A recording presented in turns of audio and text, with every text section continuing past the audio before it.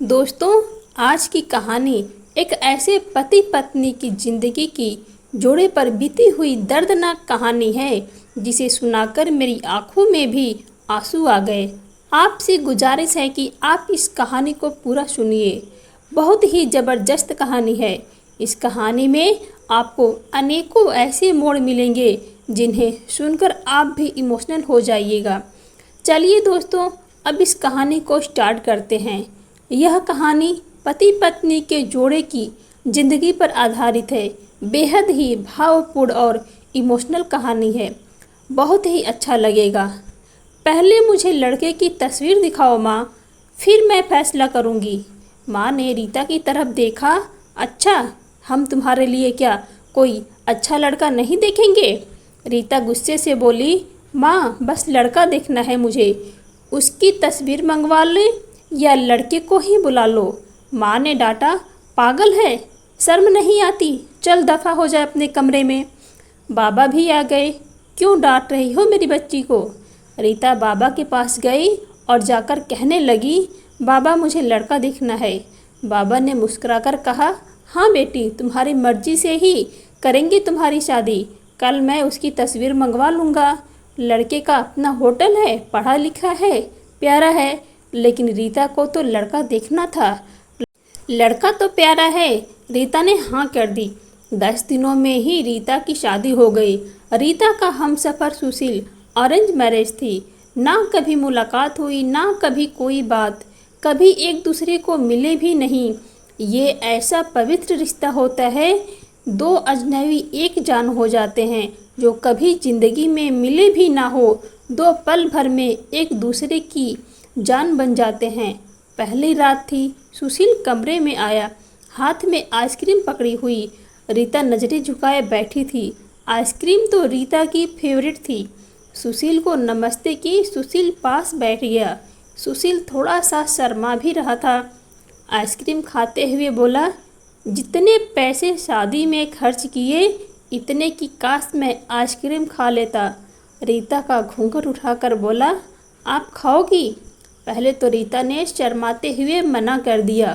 फिर सुशील ने प्यार से कहा, खा लो, प्यार बढ़ेगा। रीता को आइसक्रीम दी और खुद भी खाने लगा। रीता सारी आइसक्रीम खा गई। सुशील ने जब पूछा, आइसक्रीम पूरी ख़त्म कर दी? रीता मुस्कुराने लगी। वो तो मैं खा गई। सुशील भी मुस्कुराने लगा। बहुत कंजूस हो आप। पहले कहती हो नहीं खाती और अब देखो सारी की सारी खा गई हो। यह आइसक्रीम 50-50 की थी। रीता सुशील को पहली ही रात इतना तो समझ गई थी कि सुशील दिल का बहुत अच्छा है। रात भर मोहब्बत भरी बातें होती रही। जिंदगी अपनी असल मंजिल की तरफ मुड़ गई थी। वक्त गुजरने लगा। रीता के भाई की शादी थी। रीता 4 महीने की प्रेग्नेंट भी थी। रीता ने सुशील से कहा, मुझे भाई की शादी में जाना है। सुशील ने रीता के पास बैठकर बोला, रीता, डॉक्टर ने आपको लंबी यात्रा करने से मना किया, इसीलिए मैं कोई रिस्क नहीं लेना चाहता। मैं नहीं इजाज़त दे सकता शादी में जाने की। रीता को बहुत गुस्सा आया। सुशील, पागल हो गए हो क्या? मेरे भाई की शादी है और आप कह रहे हो कि नहीं जाना? आप मुझे कार में बैठाकर आराम से छोड़कर आ जाएं। बस सुशील ने रीता का हाथ पकड़ा मोहब्बत से, फिर समझाने लगा, रीता क्यों बेकार जिद करती हो? डॉक्टर ने यात्रा करने से मना किया है तो मैं नहीं जाने दे सकता तुमको। तुम लापरवाह हो जाती हो और मैं तुमको किसी के भरोसे नहीं छोड़ सकता। इतना कहकर सुशील कमरे से बाहर चला गया। रीता रोने लगी। रीता ने अपनी माँ को फ़ोन किया। सुशील मना कर रहा है शादी में आने के लिए। माँ ने समझाया, बेटा अगर वो कह रहा है तो मत ही आओ। लेकिन रीता की भाभी और भाई जिद करने लगे, क्यों नहीं आने दे रहा सुशील हमारी बहन को? रात को आए सुशील भी घर पर था। कहने लगे, हम रीता को लेने आए हैं। सुशील ने रीता की तरफ देखा है। मैंने क्या कहा था तुमसे? रीता ने नज़रें झुका ली, कमरे में चली गई। उठकर सुशील को भी गुस्सा तो बहुत था, लेकिन ये सब्र कर लिया। 1000 रुपये जेब से निकाले रीता को दे दिए। कुछ पैसे रख लो, बाकी और चाहिए तो ले लेना, मैं आऊँगा कल। रीता बहुत खुश थी। सुशील ने अपने सीने से लगाया, रीता को अपना ख्याल रखना रीता। फिर रीता शादी में चली गई। मेहंदी की रात रीता की बुआ की लड़की भी आई हुई थी। डांस भी किया, काफ़ी एंजॉय किया। बारात वाले दिन जब भाई की बारात लड़की वालों के घर पहुंची तो बारिश हो रही थी। गली में काफ़ी कीचड़ था। रीता का पांव फिसला, गिर गई। गिरते ही उसके पेट में दर्द होने लगा, जोर जोर से रोने लगी। जल्दी से रीता को अस्पताल ले गए। रीता दर्द से चिल्ला रही थी। सुशील को कॉल की, रीता के बारे में बताया। सुशील घबरा गया। वो जल्दी से अस्पताल पहुंचा। डॉक्टर रीता को इमरजेंसी वार्ड में ले गए थे। सुशील बहुत परेशान था। दिल की धड़कनें बेकाबू थी। जुबान पर ईश्वर का नाम था। बाकी सब लोग शादी में खुशियां ही मग्न थे, लेकिन यहाँ सुशील परेशान खड़ा था। कुछ देर बाद डॉक्टर कमरे से बाहर आए। उन्होंने सॉरी कहते हुए बताया कि आपका बच्चा मर चुका है। सुशील बेजान सा होकर कुर्सी पर बैठ गया है। भगवान से हिम्मत मांगकर जल्दी से वार्ड में गया। रीता रो रही थी।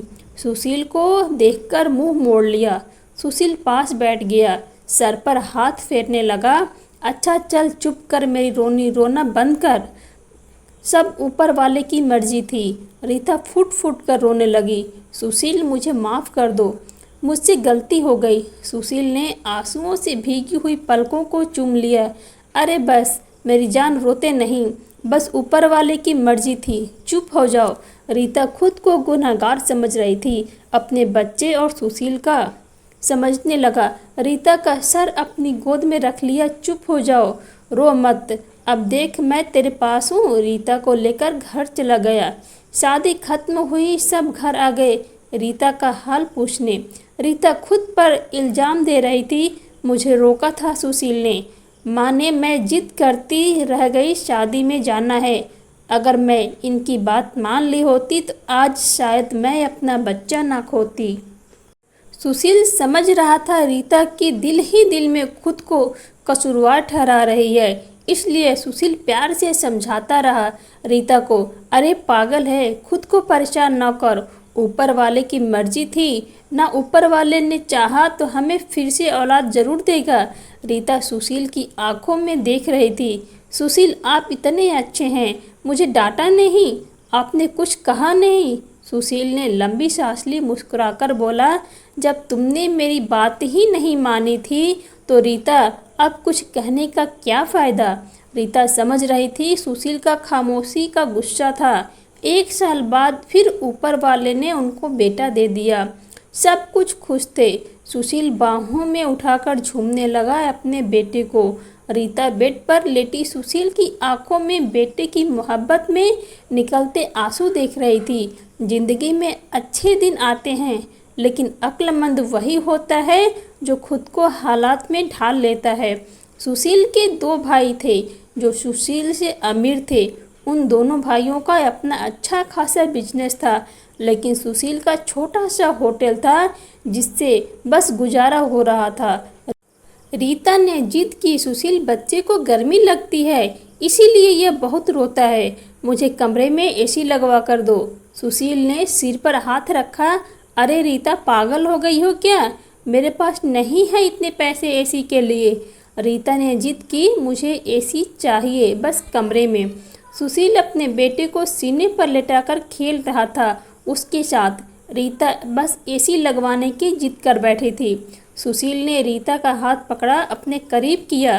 रीता पता नहीं क्यों तुम इतनी जिद्दी हो, लगवा दूंगा एसी, ये लो सो गया है मेरा राजकुमार, इसको लेटा दो। 2 साल बाद ऊपर वाले ने एक बेटी भी दी।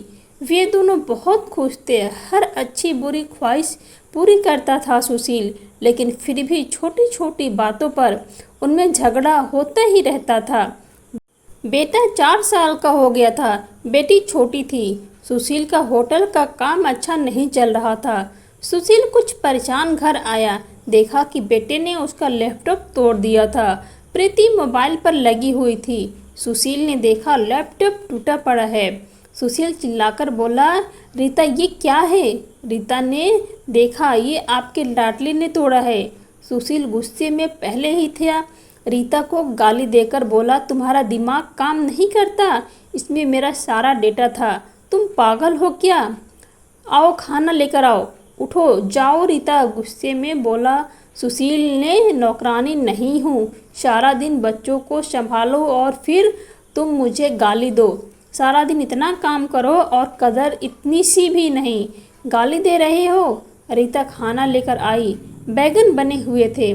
सुशील ने बैगन देखे, चिल्लाकर बोला, तुम्हारा दिमाग खराब है, तुमको कितनी बार समझाया कि मैं बैगन नहीं खाता। सुशील ने खाना उठाकर फेंक दिया, उठकर बाहर चला गया। इतने में बेटे ने कांच का गिलास तोड़ दिया जो हाथ पर लग गया। काफ़ी खून बहने लग गया था हाथ से। रीता ने बेटे को 2 थप्पड़ लगा दिए। बहुत तंग आ गई हूँ मैं तुम बाप बेटों से।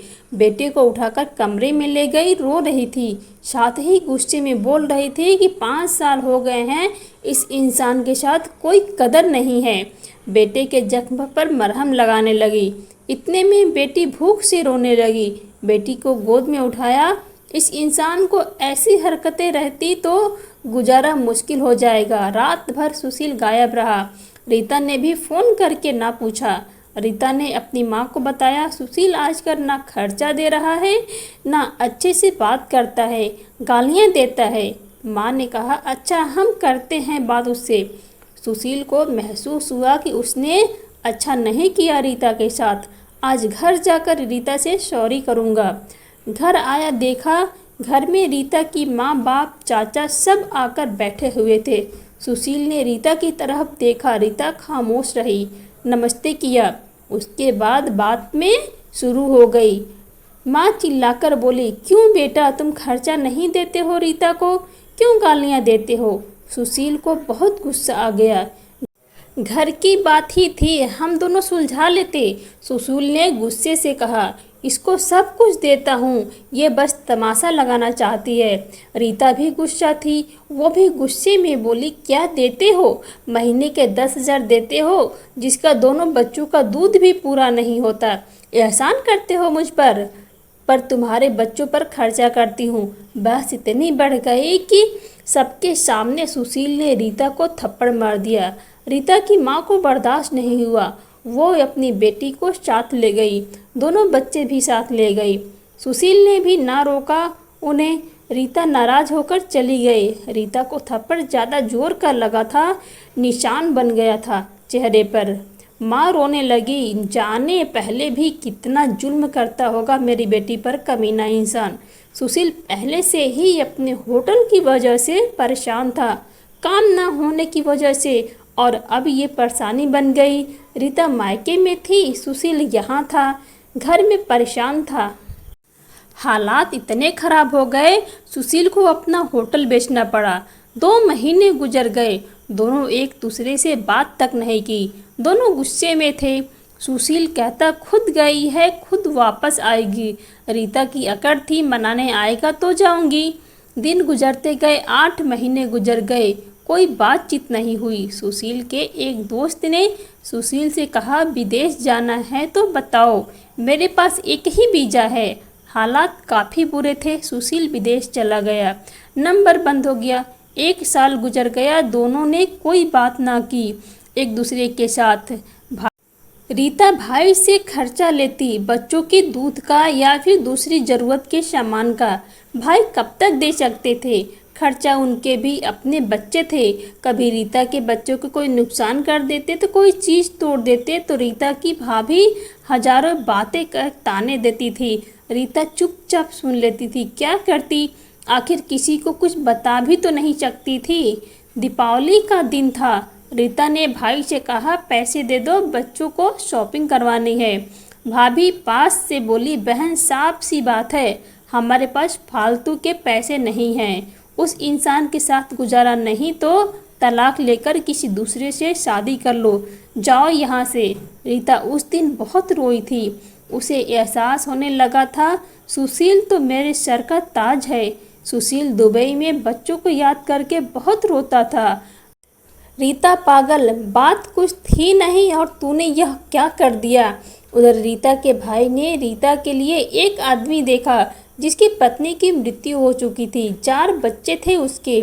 भाई ने रीता से कहा, बस सुशील से तलाक ले लो, इस आदमी से शादी करके घर बसा लो अपना।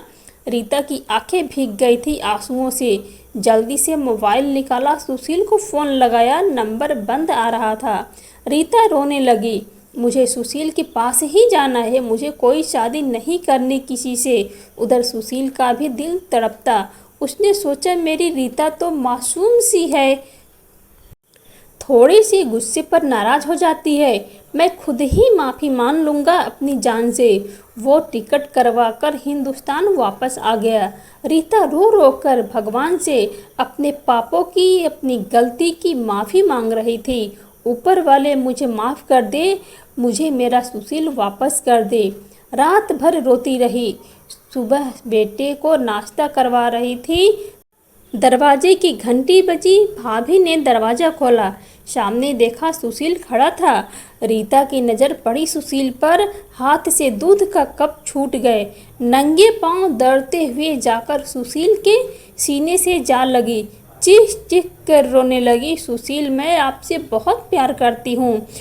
सुशील के पांव पकड़ लिए, माफ़ कर दो सुशील। सुशील ने रीता का माथा चूमा, आंसू साफ किया, तुम भी माफ़ कर दो मेरी जान, मैं गुस्से में ज़्यादा बोल दिया था। बच्चों को सीने से लगाया, सुशील प्यार करने लगा। रीता के भाई और भाभी की आंखों में आंखें डालकर गर्व से बोली, मेरा परमेश्वर, मेरा हमसफ़र मेरे पास है, आप लोगों का बहुत बहुत धन्यवाद। वो सुशील के साथ घर वापस आ गई। दोनों खुशी से सब बातें भूलकर जीने लगे। लेकिन वो इस समाज को इतना बता गए, जज्बात में जुदा हो जाना बहुत आसान है, लेकिन जुदा होकर जीना बहुत मुश्किल है। जो दर्द एक हमसफ़र महसूस कर सकता है और वो कोई नहीं समझ सकता। गलत फैसला लेकर ज़िंदगी बर्बाद ना करे, ये सब वक्त के साथ बदल जाता है। हाँ, अगर नहीं बदला तो हम सफ़र, अगर कोई नाराज़ है या घमंड में है तो जाओ मना लो यार, राज़ी कर लो एक दूसरे को, इससे पहले कि फिर देर हो जाए। अगर मेरी कहानी किसी एक के भी दिल में घर कर गई हो तो मेरा मकसद पूरा हो जाएगा। आजकल छोटी छोटी बातों पर घर उजड़ रहे हैं, अगर थोड़ी बर्दाश्त कर ले तो ऐसे घर ना उजड़े। दोस्तों, सही कहा ना मैंने? आपकी क्या राय है इस कहानी पर? दोस्तों, अगर आपको ये कहानी थोड़ी भी पसंद आई हो, आपके दिल को थोड़ा भी छुआ हो, तो प्लीज़ हमारे चैनल को सब्सक्राइब कर दीजिए और इस कहानी को लाइक कीजिए। अगर ये कहानी को थोड़ी भी पसंद आई हो ना, तो प्लीज़ इस कहानी को शेयर ज़रूर कीजिएगा, ताकि और भी टूटे हुए दिल जो समाज में बहुत सारे मिल जाएंगे आपको। अगर इस कहानी से उनका दिल जुड़ सकता है तो मेरा इस कहानी को बनाने का मकसद पूरा हो जाएगा। मैं ये कहानी एक समाज के लिए बनाई हूँ जो अक्सर हर घर में पति पत्नी पे किसी न किसी बात पे लड़ाइयाँ झगड़े होते रहते हैं। तो प्लीज़ इस कहानी को ज़्यादा से ज़्यादा शेयर करने की कोशिश कीजिए। मेरा एक समाज के लिए ये मैसेज है। आप लोगों का बहुत बहुत धन्यवाद हमारी कहानी सुनने के लिए। इसी तरह की कहानियाँ सुनने के लिए आप हमारे चैनल से जुड़े रहिए। बहुत जल्द मिलेंगे इसी तरह से और एक नई कहानी के साथ। आप सभी को दिल से धन्यवाद। नमस्कार।